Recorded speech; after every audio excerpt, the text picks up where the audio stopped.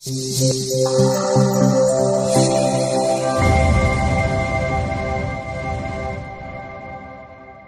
yang siap untuk belajar firman Tuhan. Bolehkah kita sambut firman Tuhan dengan tepuk tangan yang meriah? Karena firman Tuhan berkuasa, sanggup menolong setiap kita. Tema kita sepanjang 6 minggu adalah The Power of Values. Kuasa dari nilai. Dan dimulai minggu yang pertama tentang nilai kita family, who is your father. Lalu disambung oleh Pastor Owen, integrity, who are you. Dan saya menyambung sekarang enthusiasm atau antusias, who is inside you. Saya coba gambar dulu supaya Bapak Ibu lebih ngerti kenapa tiap tahun kita harus bahas ini. Jadi kalau ini ibaratnya kita datang ke Gilgal. Lalu kita berjalan setahun, 2 tahun, kita tuh mau dibawa kemana sih bergereja di Gilgal? Kita dibawa ke sebuah visi. Visi itu kita mau jadi apa? Kita mau kemana? Mau dibawa kemana? Visinya Gilgal adalah menjadi jemaat yang kuat. Jadi kalau Bapak Ibu ada di tempat ini, Bapak Ibu akan ditolong menjadi kuat. Dalam 5 area, yang pertama adalah area rohani, yang kedua adalah area jasmani, yang ketiga adalah di area keuangan atau saya tulis finance, yang keempat adalah area hubungan, dan yang terakhir adalah area karakter atau emosi kita. Nah, bagaimana caranya kita bisa berjalan dari titik A sampai ke visi di titik B? Sudah pasti kita harus melewati atau memakai yang namanya kendaraan. Kendaraan itulah yang disebut misi. Saya coba gambar karena dulu guru gambar saya Patino Siding bilang jangan takut-takut. Ini ada setirnya di sini. Nah, kalau Bapak Ibu datang ke Gilgal dan mau jadi kuat dalam 5 area ini, kendaraan yang kami pakai, yang kami percaya, kami sebut dengan nama family cell. Karena Yesus sebelum naik ke surga, dia bilang gini, pergi jadikan semua bangsa murid. Di family cell inilah kita akan dimuridkan menjadi kuat. Nah, waktu kita berjalan dengan kendaraan ini dari titik A ke titik B, ada rambu-rambunya. Misalnya rambunya apa ya? Dilarang masuk, ada lampu merah, ada apa lagi? Dilarang berhenti misalnya. Rambu-rambu ini yang membuat perjalanan kekristenan kita enggak menjadi sandungan bagi orang lain. Tuh Kristen nipu, tuh Kristen kayak begitu. Orang harus lihat Kristus dalam hidup kita. Nah, rambu-rambu ini yang disebut dengan nilai atau values. Sepenting apa sih Pak nilai atau values? Setiap kita pasti senang sesuatu yang bernilai. Apalagi ada yang klap-klip gitu. Itu kalau karatnya tambah gede, ibu-ibu tambah senang deh. Itu namanya diamond. Like a diamond, like a diamond. Kita semua senang yang bernilai. Nah, Yesus bilang kamu adalah garam dunia. Kalau garam itu menjadi tawar, nggak ada gunanya lagi selain dibuang dan diinjak oleh orang. Kenapa pelanggan-pelanggan bisnis kita tinggalin lagi, nggak mau partneran sama kita? Karena udah nggak asin lagi, nggak ada nilainya. Sehingga dalam hidup kita harus terus mendapatkan nilai. Nah, nilai ini kalau terus dihidupi, Pak, apa sih definisi nilai? Nilai sederhana, sesuatu yang penting, yang kita percayai dan kita hidupi. The things that we stand for. Nah, kalau nilai itu kita bangun akan membentuk sesuatu yang namanya culture atau budaya. Di Gilgal Tuhan taruhkan ada 5 nilai, yaitu fiesta. Maaf 6, 1, 2, 3, 4, 5, 6. Kita udah bahas kemarin, minggu pertama family. Intinya apa sih? Karena tiap tahun saya bahas dari sisi yang berbeda. Family sebetulnya bicara mengenai hubungan. Kita nggak mungkin tinggal setiap kali cocok. Pasti ada konflik, pasti ada selisih. Satu suka kue tiaw, satu suka oncom, satu suka samcan. Yang penting adalah kita bersatu. Konflik biasa. Kalau lagi ribut, yang waras ngalah. Relationship beyond everything. Makanya persahabatan di Gilgal lama-lama awet-awet karena hubungan di atas segalanya.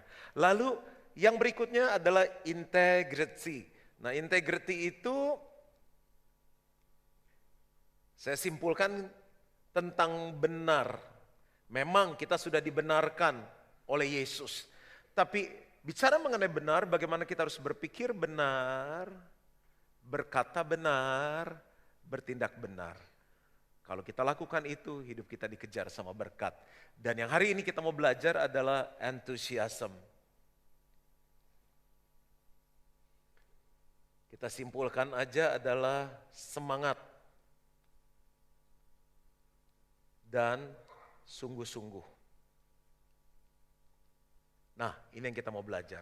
Pak, apa hubungannya? Ini kan nilai gereja, church values. Bapak Ibu, buatlah nilai di perusahaanmu. Namanya company values. Ada toko, ada perusahaan yang gak punya nilai. Gak ada budaya yang terbentuk. Semuanya bisa melakukan apa yang dia mau. Di keluargamu buatlah nilai, family values. Salah satu nilai yang saya buat di keluarga saya adalah God's first. Tuhan yang utama. Begitu dapat berkat, God's first. Begitu bangun tidur, God's first. Bukan iPad first, but God's first. Yang jomblo, the jombloers, buatlah value. Kalau nilainya tinggi, kita akan attract juga yang nilainya tinggi. Kalau kita jual murah, you create yourself becoming cheap. Yang datang adalah yang murah. Jadilah pribadi yang bernilai. Nah, saya beri judul Who is Inside You. Nah, untuk kita mengingat apa sih yang kita bahas tahun lalu, kita lihat sebentar klip yang berikut ini. 1 menit aja. Ingat baik-baik, kenapa kita perlu antusias? Antusias artinya Tuhan Yesus ada di dalam kita. Karena kalau kita antusias, kita akan terus mengalami Tuhan. Kalau kita antusias, orang lihat hidup kita dan bertobat. Kita antusias, kesembuhan terjadi. Kita antusias, promosi terjadi. Kita antusias, punya daya juang yang tinggi. Are you ready, church? Come on! Kita latihan bagaimana jadi orang yang antusias.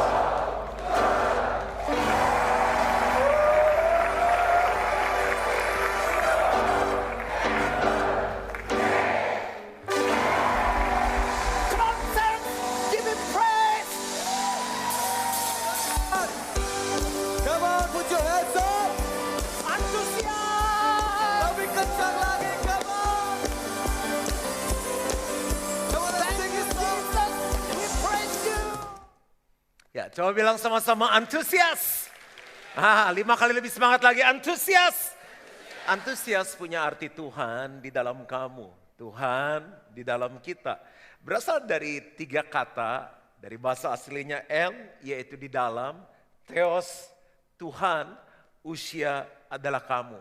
Kalau dikalimatin gimana Pak? Antusias punya arti kekuatan Tuhan di dalam roh saya yang dinyatakan melalui pikiran, perasaan, dan kehendak. Jadi roh itu adalah inti kehidupan manusia. Makanya manusia pertama setelah dibentuk dari tanah liat, firman Tuhan bilang lalu Allah menghembuskan nafas kehidupan. Itu hidupnya Allah sendiri. Jadi Juan Mogi, kita semua ini adalah manusia roh yang memiliki jiwa, pikiran, perasaan, kehendak, dan tinggal di dalam tubuh. Antusias ada di bagian roh. Kata lain dari antusias apa sih sederhananya? Semangat. Coba bilang sama-sama semangat. Dan yang kedua adalah sungguh-sungguh. Coba bilang lagi sama-sama sungguh-sungguh. Saya tanya sama Bapak Ibu. Bapak Ibu senang lihat orang yang semangat atau yang letoy? Benar nih. Bayangin kita punya sales jual handphone kayak gini. Ini begini nih Pak nih, handphone ini kan buatan Amerika nih. Jadi ini bisa moto, bisa teks, fotonya bagus banget, nanti bisa dari dekat juga.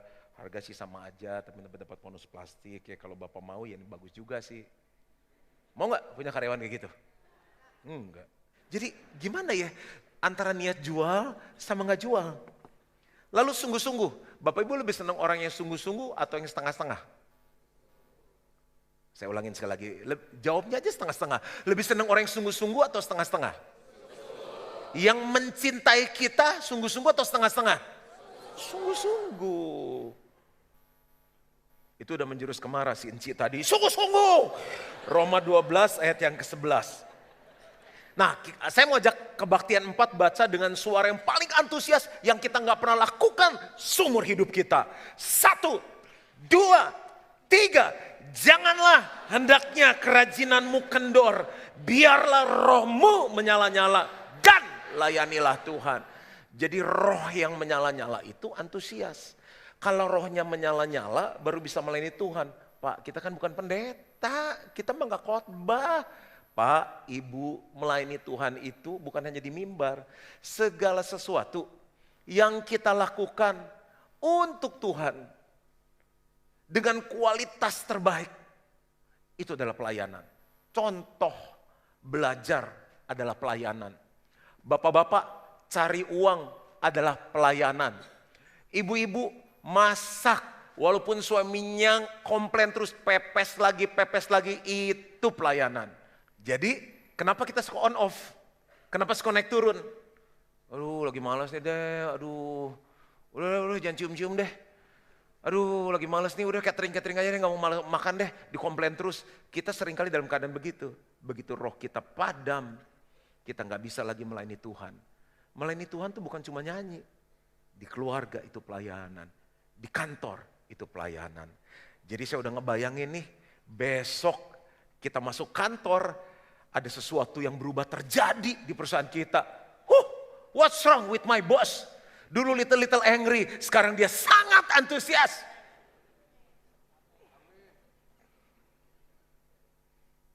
Siapa yang pengen rohnya menyala-nyala? Ada 4 hal. Yang pertama, terhubung dengan Roh Kudus. Terhubung dengan Roh Kudus.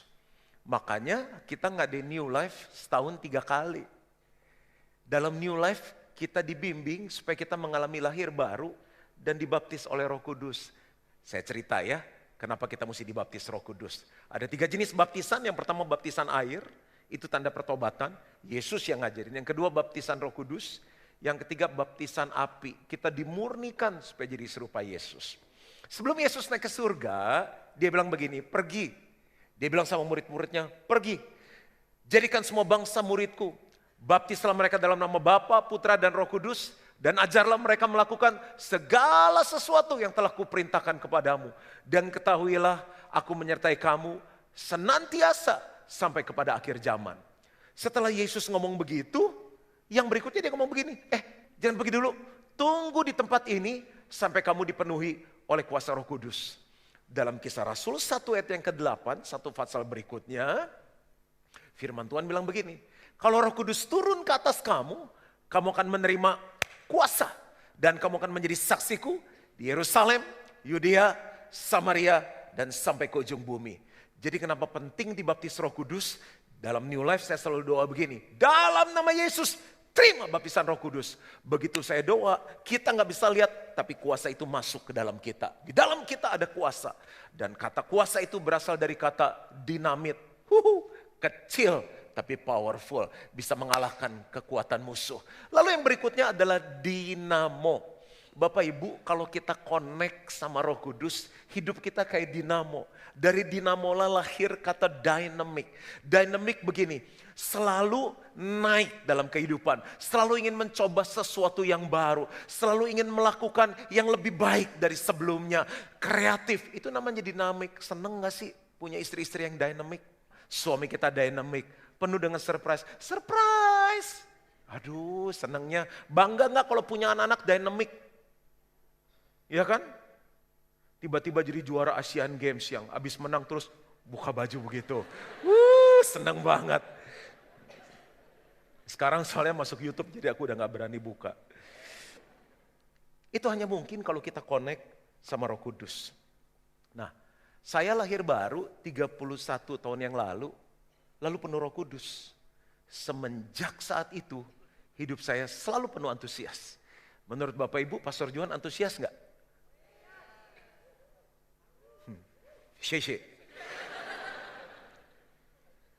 Kenapa saya antusias? Pertama, karena saya penuh Roh Kudus.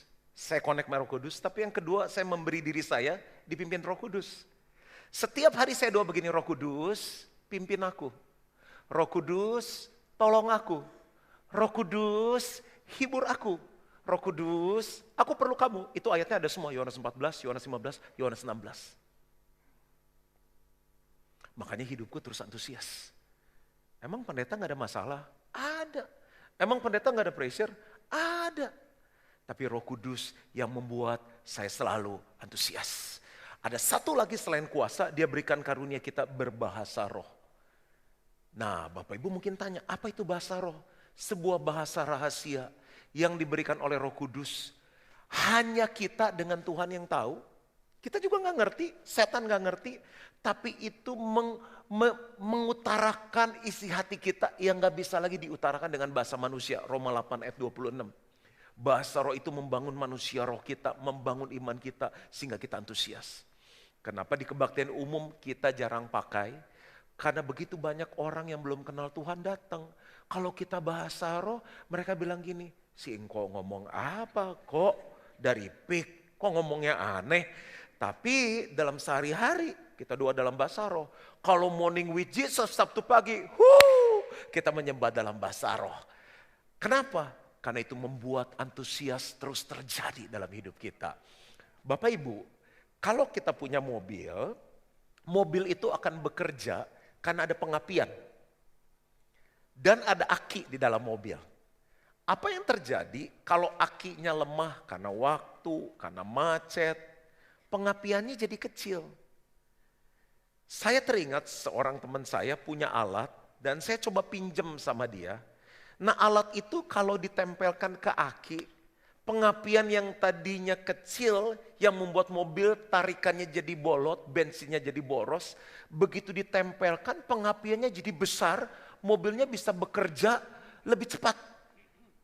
Tiba-tiba Roh Kudus kasih gambaran begini, hidup kita itu waktu lahir udah punya semangat.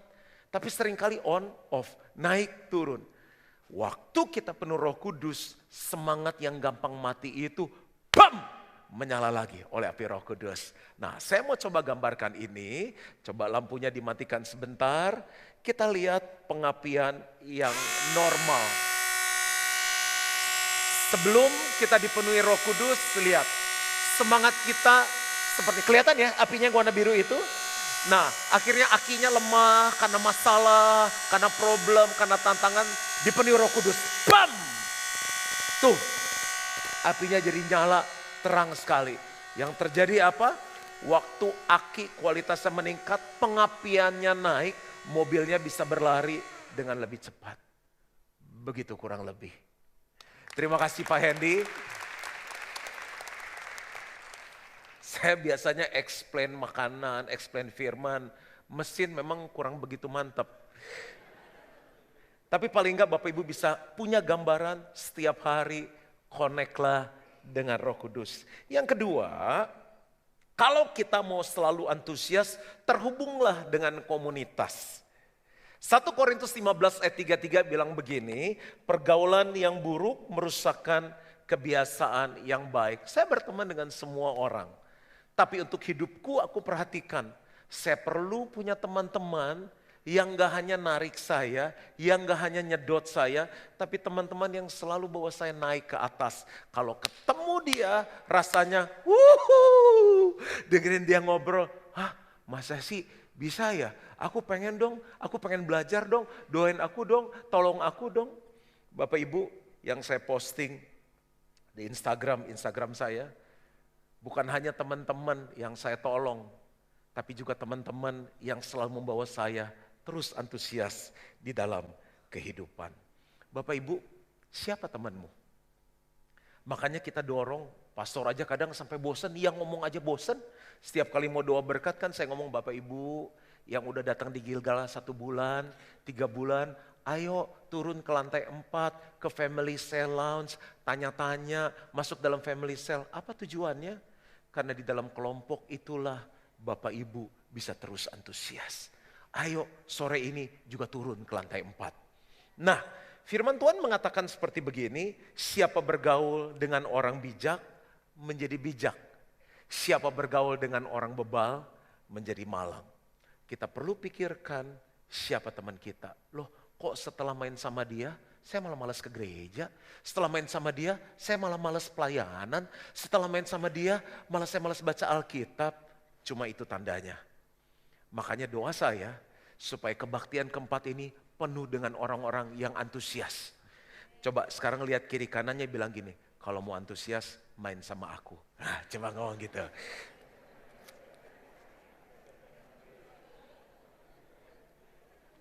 Bapak Ibu, satu saat waktu saya pelayanan yang saya cerita, saya delay ke Sydney 23 jam. Yang harusnya dengan transit mungkin 9 jam nyampe 23 jam. Udah nyampe New York kali ya, 23 jam. Dan capek sekali dari pagi jam 7 sampai malam. Saya harus ketemu orang, ajar. Tapi waktu kebaktian, lagi praise and worship, seorang anak kecil lari ke depan pakai mic. Dan itu membuat saya antusias ketika itu juga. Dan saya mulai menari dan capek itu rasanya hilang. Let's see this video.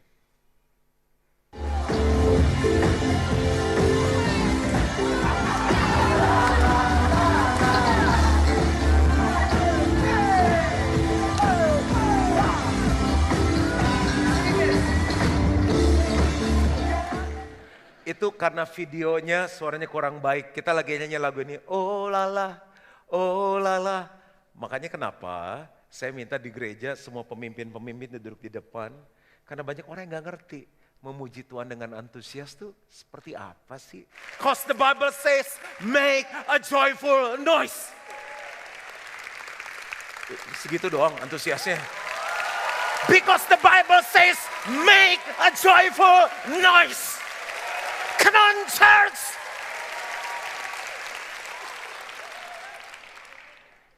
Yang ketiga, kalau kita mau terus antusias, terhubunglah dengan sumber. Baca buku-buku rohani yang bagus, banyak banget. Bapak Ibu, kalau kita baca buku porno,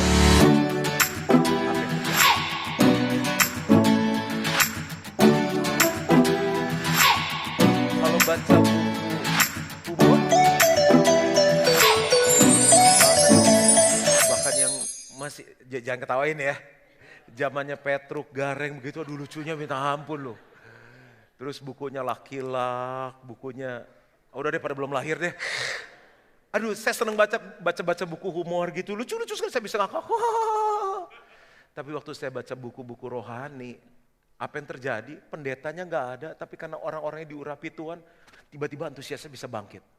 Gerejaku bisa bertumbuh, Tuhan bisa pakai aku, bisa begitu loh. Thank you untuk antusiasnya. Dengerin dong, sekarang kan cuma pencet YouTube keluar khotbah.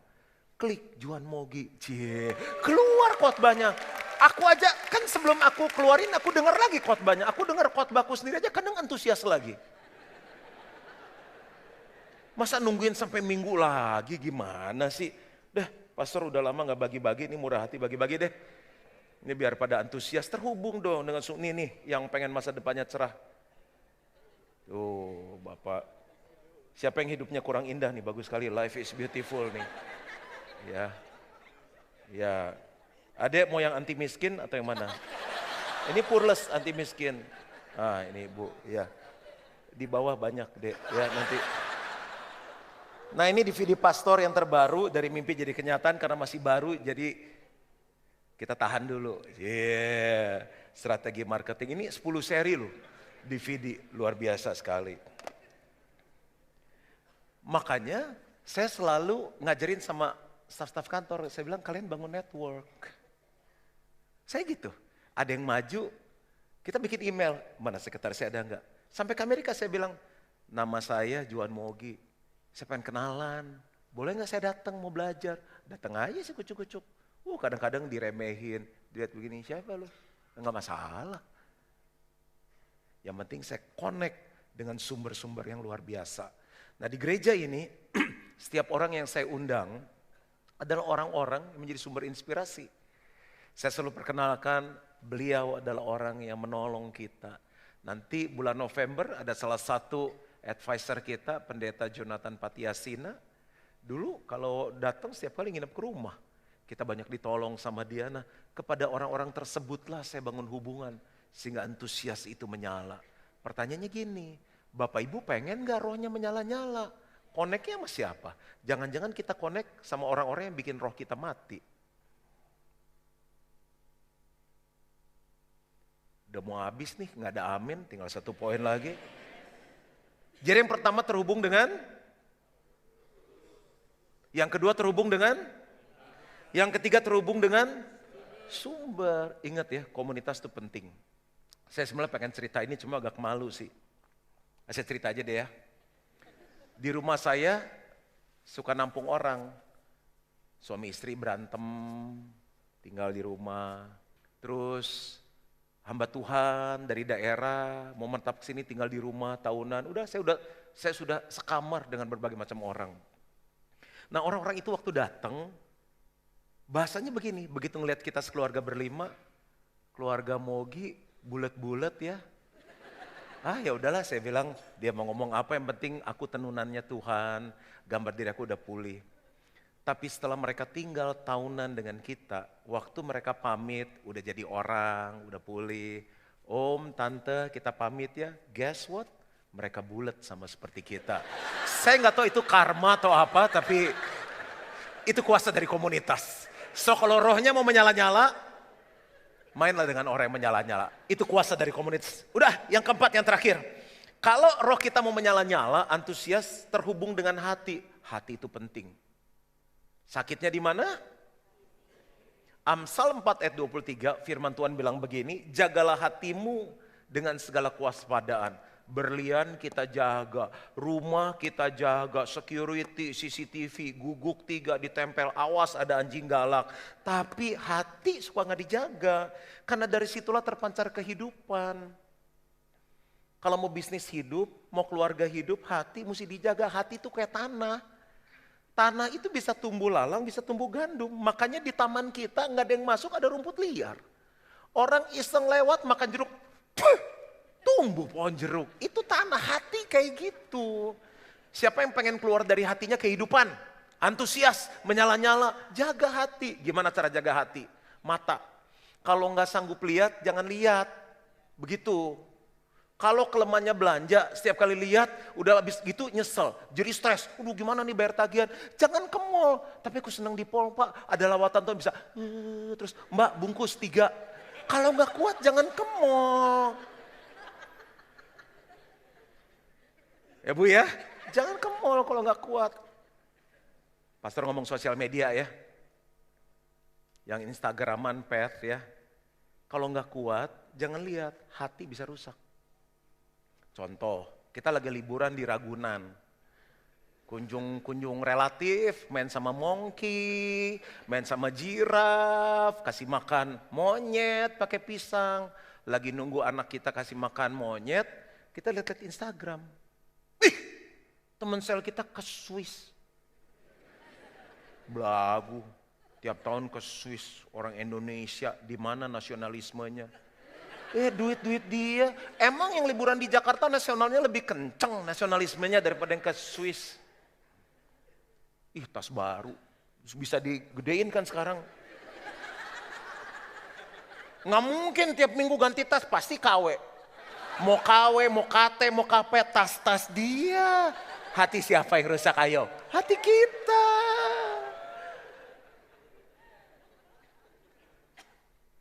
Nggak mungkin, udang pur 47 kok kenceng. Suntik nih, filler nih, Vermak nih. Kalau nggak kuat iman tutup tuh Instagram. Ketahuan nih pada digosipin semuanya. Lega pelepasan. Udah mata gak kuat kan mata larinya ke hati. Jadi hati uring-uringan, tutup. Jaga tuh telinga. Hati masuknya dari telinga. Apalagi yang kuping tipis. Masa sih? Gak nyangka ya. Temenan 5 tahun. Aduh. Saya kalau berteman saya orangnya asik. Sombong gak ya? Tapi Kalau ada giliran yang ngomongin orang, saya bilang gini, jangan ngomongin orang dong. Dia ngomong saya, enggak. Ngapain?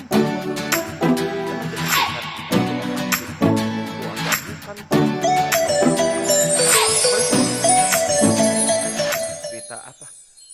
Oh, cerita itu. Tujuannya cerita mau saya tolong atau enggak buat pengetahuan umum aja. Enggak deh, saya nggak mau. Loh, saya sama Pak Yohanes baik-baik. Gara-gara si Okchen ngomong sesuatu, saya sama Pak Yohanes bisa nggak baik loh. Saya bisa, Pak Yohanes shalom, saya bisa shalom. Bisa begitu loh. Karena apa yang saya dengar masuk ke hati. Apalagi pulang gereja, hari masih panjang, habis makan, ngopi. Begitu nggak ada yang cerita, kita yang nanya, bro ada berita baru apa? Kita yang nanya. Begitu dengar hati sakit. Saya lagi siapin mungkin awal bulan depan saya khotbah. No gosip, no kepo, no hakim, no rempong, segala macam. Kita basmi dalam nama Tuhan Yesus. Biar Indonesia jadi negara yang bagus. Seneng banget. Tadi yang penting-penting Roh Kudus segala gak ada yang tepuk tangan. Ini pasti korban gosip semua. Oke, bagaimana cara jaga hati? Pikiran yang positif. Udah jangan negatif-negatif, jangan izinkan. Kenapa sih? Pikirkan apa yang baik, apa yang mulia, apa yang sedap didengar, apa yang disebut kebajikan. Pikirkan semuanya itu. Kalau lihat pendetanya gemuk, apa yang kita pikirin? Pendetanya sehat, yang montok gitu. Siapa sih yang pengen lahir gemuk? Kalau pendetanya kurus, tapi tuh tim pengembalanya satu kurus banget tuh. Jangan-jangan kurang berprestasi, gajinya dipotong terus. Gemuk salah, kurus salah. Ya, belajar lihat yang positif ya.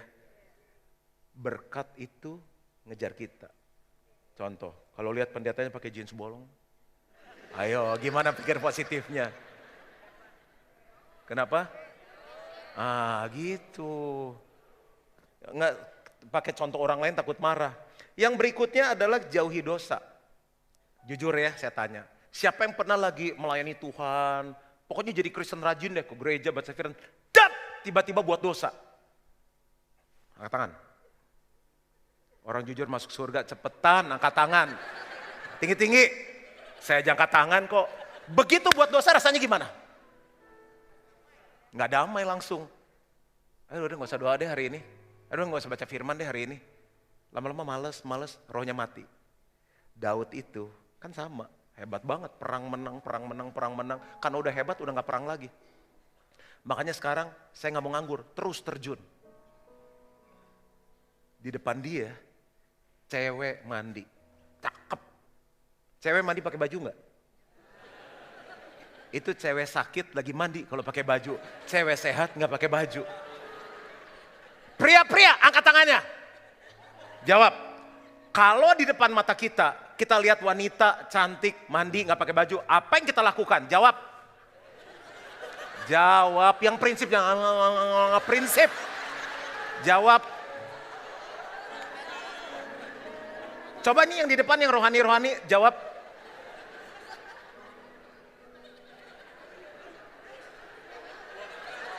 Apa?